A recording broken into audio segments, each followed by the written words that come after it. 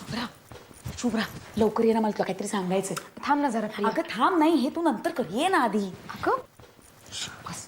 काय झालंय? मला तुला काहीतरी सांगायचंय. कशाबद्दल? सांग ना, काय सांगत होतीस लवकर. अगं मी कुठे काय म्हणत होते. अगं शुभ्रा अशी काय करतेस, आत्ता काहीतरी सांगणार होतीस ना. पिया, तू तिला इथे बोलवून आणलंस, तुला तिला काहीतरी सांगायचंय. आणि ज्या अर्थी ते एवढ्या हळू आवाजात चाललं होतं त्या अर्थी. आई असं काही नाही. हे तू मला सांगतेस? खरं खरं सांग, काय आहे? तुला नाही पटणार ग. मग तर मला ऐकलंच पाहिजे, बोल. मी मम्मांकडे गेले होते.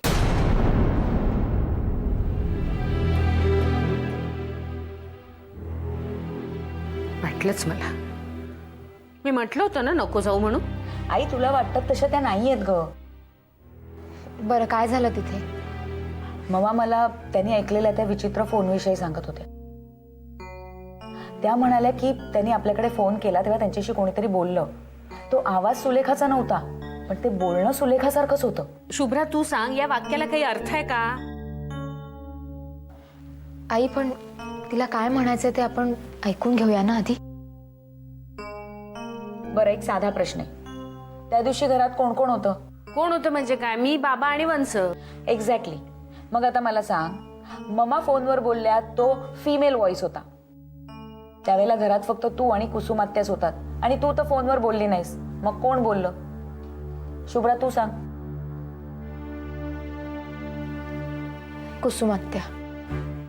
एक्झॅक्टली. एक मिनिट. प्रिया, तुला असं म्हणायचंय की तो फोन कुसुम वंसनी घेतला, वंसनी ममाना ती तशी धमकी दिली? हे बघ आई, घडलेली घटना हेच सुचवते. आणि कुसुमात्या नाही तर मग दुसरं कोण? आपण त्यांनाच विचारूया ना. सॉरी मी नाही तिच्याशी बोलणार.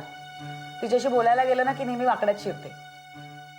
प्रिया, तुझी खात्री आहे का की तो फोन वंसनीच? आई आता लगेच मला धरायची गरज नाही. मी माझा मुद्दा मांडला. हो का?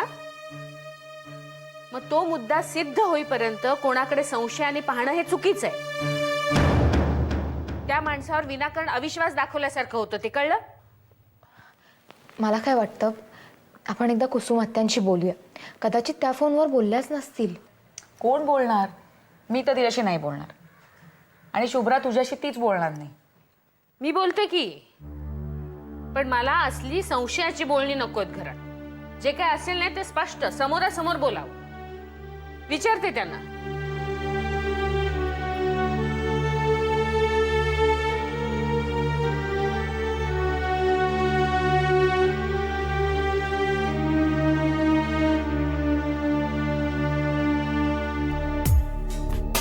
असं किती दिवस जगापासून तोंड लपून बसायचं? आधीला काहीतरी खोटं नाटक कारण सांगून इतके दिवस मी थांबून घेतलंय माझ्याजवळ. पण त्याला हवाय तो अभिमानचा पत्ता.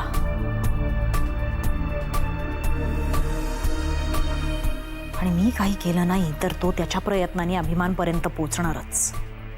आणि मग मी खोट्यात पडीन.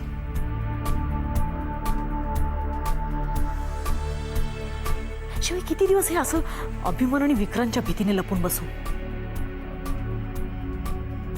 नाही, काहीतरी करायला हवंच.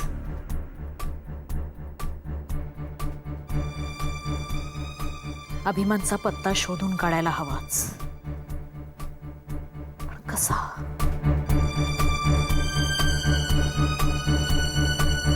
जर कुसुमात्याच्या मनाचा मी ताबा घेऊ शकते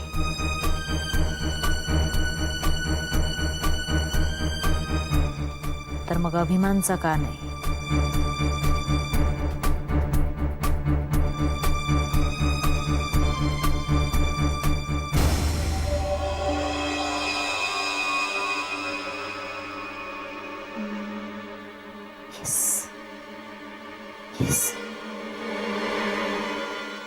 अभिमानच्या मनाचा ताबा घेऊन त्याचा पत्ता शोधायला हवा.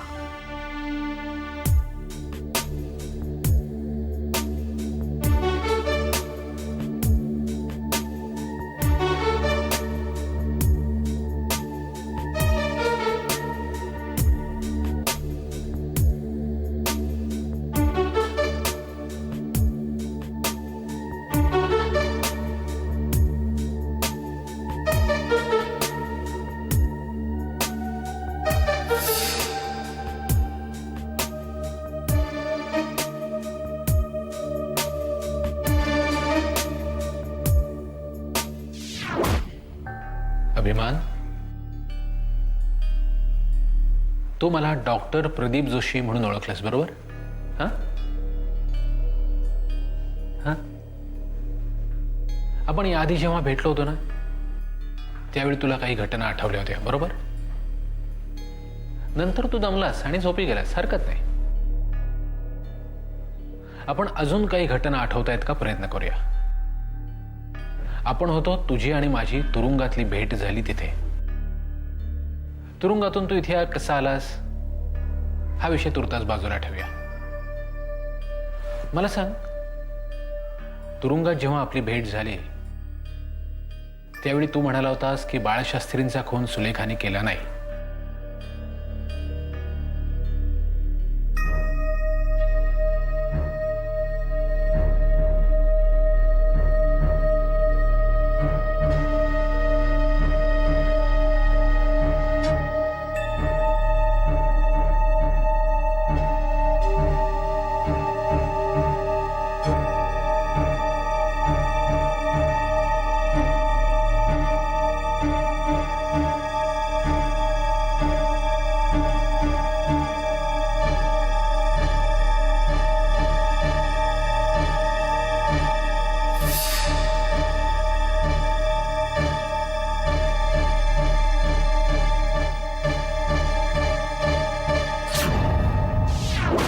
बाळशास्त्री आणि अजून कोणीतरी तिथे होतं.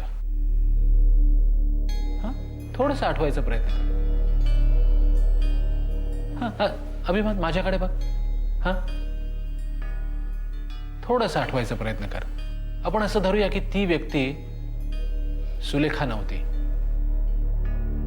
हा मी बरोबर बोलतोय? बर, हरकत नाही. मला सांग, ती जी कोणी व्यक्ती होती ती सुलेखासारखी दिसत होती का? हा थोडासा प्रयत्न कर, थोडासा प्रयत्न. हरकत नाही अभिमान. Relax relax relax. हे बघ, आपल्याला त्रास व्हायला लागला ना तर आपण सोडून द्यायचंय. ठीक आहे, ठीक आहे अभिमान. मला सांग, ती जी कोणी व्यक्ती होती ती कदाचित अगदी हुबेहूब सुलेखासारखी दिसत नसेल. थोडासा भास होत असेल. समजा समजा त्या व्यक्तीला तुझ्या समोर आम्ही उभं केलं तर तू ओळखू शकशील?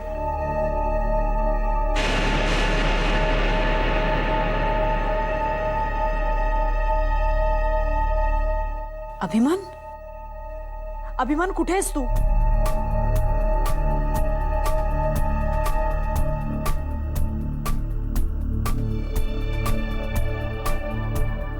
मला हे असं काय होतंय? मी अभिमानच्या मनाचा ताबा घेण्याचा प्रयत्न करते आणि मला तो घेता येत नाहीये. नाही नाही, हे असं पहिल्यांदाच होतंय. माझी शक्ती संपली तर नाही ना? मी कुठे कमी पडते? नाही नाही, हे काहीतरी विचित्र घडतंय. आणि हे असंच घडत राहिलं तर काही खरं नाही. ही शक्ती माझं बळ होतं आणि आता तिथेच मी दुबळी झाले. आज अभिमानच्या मनाचा ताबा घेताना मला इतका त्रास होतोय. उद्या गरज असताना जर ऐन मोक्याच्या वेळी मला दुसऱ्या कोणाच्या मनाचा ताबा घेता नाही आला तर? नाही, हे असं होता कामा नये. असं होता कामा नये. काहीतरी मार्ग काढलाच पाहिजे. तनिष्का. अभिमान, मला सांग, तू जेव्हा तिथे पोहोचलास त्यावेळी बाळशास्त्री आणि ती तिसरी व्यक्ती यांच्यात भांडण चालू होतं का? किंवा दोघेही हमरातुमरीवर आले होते का?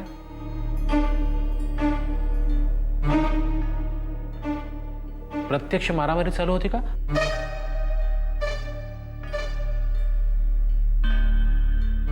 रिलॅक्स. अभिमान, आपण फक्त प्रयत्न करतोय. आपल्याला त्रास होत असेल तर आपण सोडून देणार आहोत. हां, आठवतंय? थोडासा प्रयत्न कर. हां, हरकत नाही. अभिमान,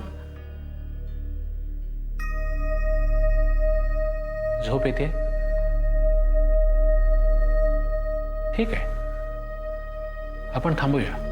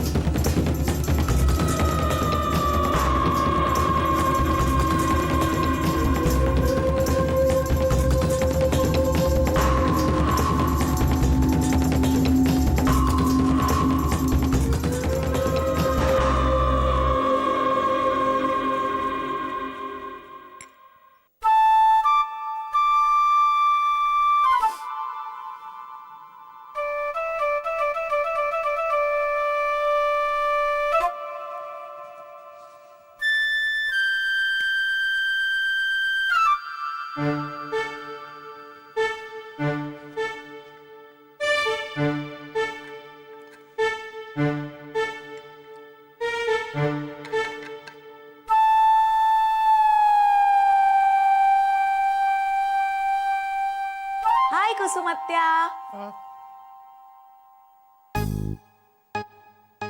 घे.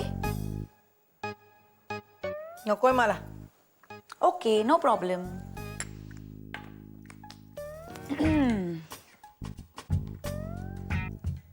कुसुमात्या, तुझ्या काही कानावर आलंय की नाही आपल्या घरात काय चाललंय? काय? अगं, आपल्या घरात अशक्य गोष्टी घडतायत. म्हणजे काय? आपल्या नको बाई, नको नको. उगाच तुझा विश्वास बसणार नाही माझ्यावर आणि म्हणशील मी तुला घाबरवतेय. नको. ओके, चल बाय. बैस. काय काय काय घडतंय असं? नको ग, नको. मी नाही सांगत बाबा. काय ना, तुला उगाच पटणार नाही. मग आपल्यात वादावादी होणार. मग ती आई येईल, मग ती मलाच ओरडेल आणि नकोच. मी जाते. चल बाय. अगं बैस. आता सांगतेस की नाही? हा, तू म्हणतेस तर कुसुमात्या, आपल्या घरात की नाही एक अदृश्य शक्ती वावरतीये.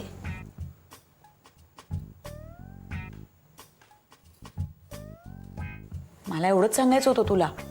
काळजी घे. हा, टेक केअर. चल. ए प्रिया, तुला काय घाई आहे का कुठे जायची? हा, बैसनी सांग मला आता. नक्की ना? तू म्हणतेस म्हणून सांगते. आपल्या ममा आहेत ना, ममा, त्यांना म्हणे आपल्या घरातून कोणीतरी धमकी दिली.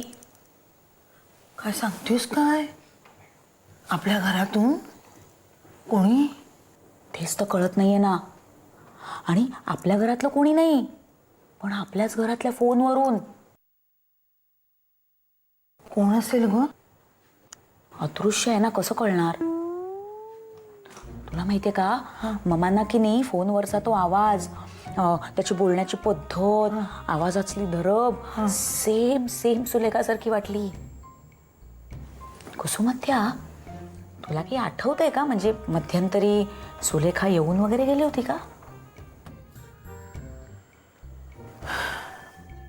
अरे देवा, या सुलेखाच्या बाबतीत हे नवीन काय घडतंय आता कुणाला माहिती बाई. अगं आपल्या बाबतीत काय घडतंय ते बघ आधी. सुलेखा नसून सुलेखा असल्याचा भास, आणि आपल्या घरात ना आलं नाही कुणी ना गेलं. नाही नाही, छे तसं काही नसणार ग, तसं काही नसणार. मी तुला सांगते, तुला माहित नाही का, त्या ममांचं आहे ना काही खरं नाही अगं.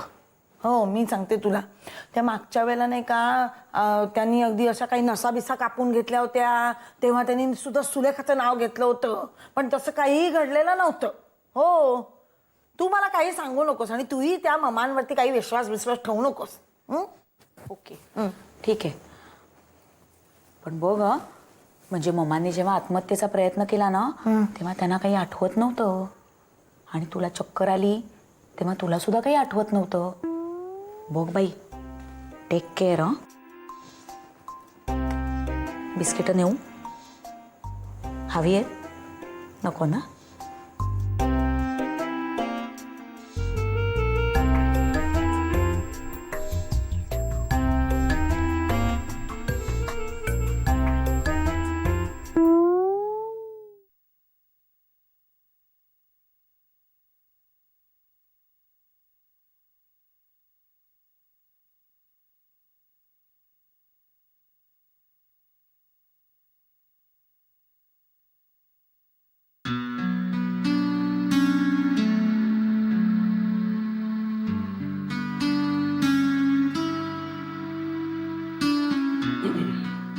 अरे बाबा, काय हो?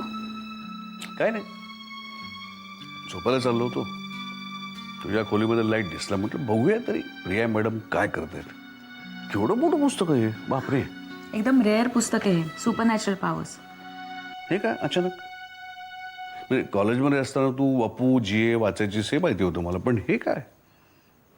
सहज क्युरिओसिटी. सहज? खरंच सहज. मी काय तुला आज ओळखतो?